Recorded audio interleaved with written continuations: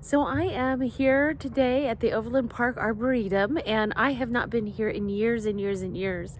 I'm super excited to take you on a brief tour and hopefully show you some of the beautiful things that are in these gardens. It's amazingly stunning. It's a brisk spring day. We had snow yesterday, and we're back to kind of normal spring, but it is a little chilly, so I'm wearing my coat. And dogs are not allowed, so you're all stuck with me. No Glynis today. Here we go. So right now we are in the International Sculpture Garden. This is a paved trail. These gardens have miles and miles and miles of hiking, some paved trails, some not. And so there's lots of options, obviously depending on your fitness level and if you have good shoes. You can kind of see down here, this is an unpaved trail. Some of them are closed, I think maybe because of spring or because of COVID, but those would be some questions you might have to want to ask. And all these sculptures are done by artists all over the world, so it's an international exhibit. We are at the Monet Water Garden. Let me take you through this one. It's actually kind of a combination of water garden and garden. This would be the garden part. I'm a little bit bummed out that there's some kind of construction going on that we hear instead of the sounds of the garden, but I'm just gonna get over that because this is really beautiful. Art lovers, see if you recognize this bridge.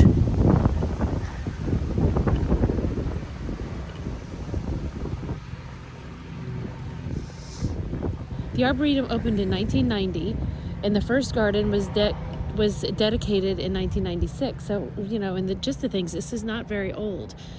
As it is currently planned, they're going to be developing this space for the next 20 years, and 85% of the site is going to be set aside for natural ecosystems, which I think is super cool. The rest will be gardens and buildings.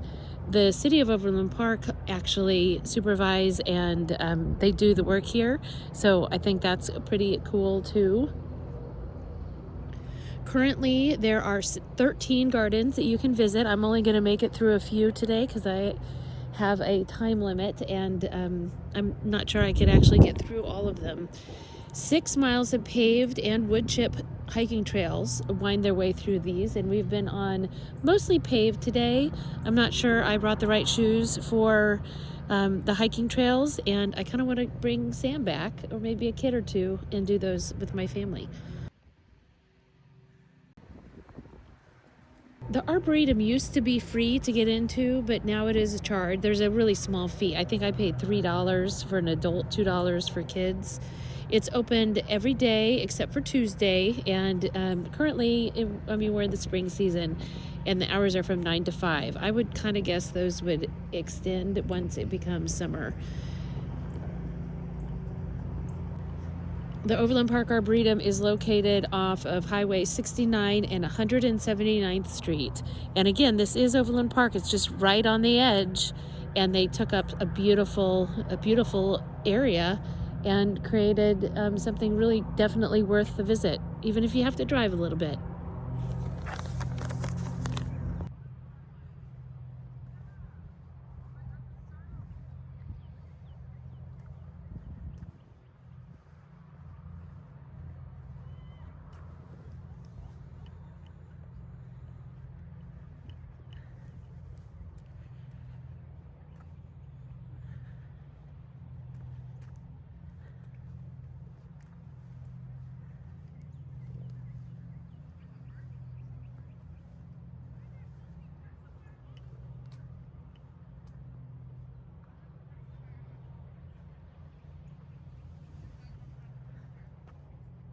What I wanted to show you up here is really the vast space. This place is just huge. There are at least 300 acres here at the Overland Park Arboretum and Botanical Gardens. There are 8 ecosystems that have been identified, which makes me think that maybe there are more that they just haven't identified yet.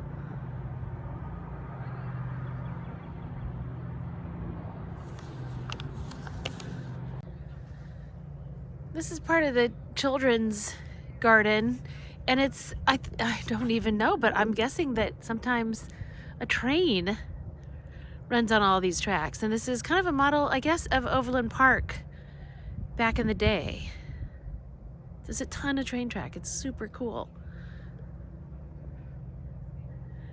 I'm gonna have to come back.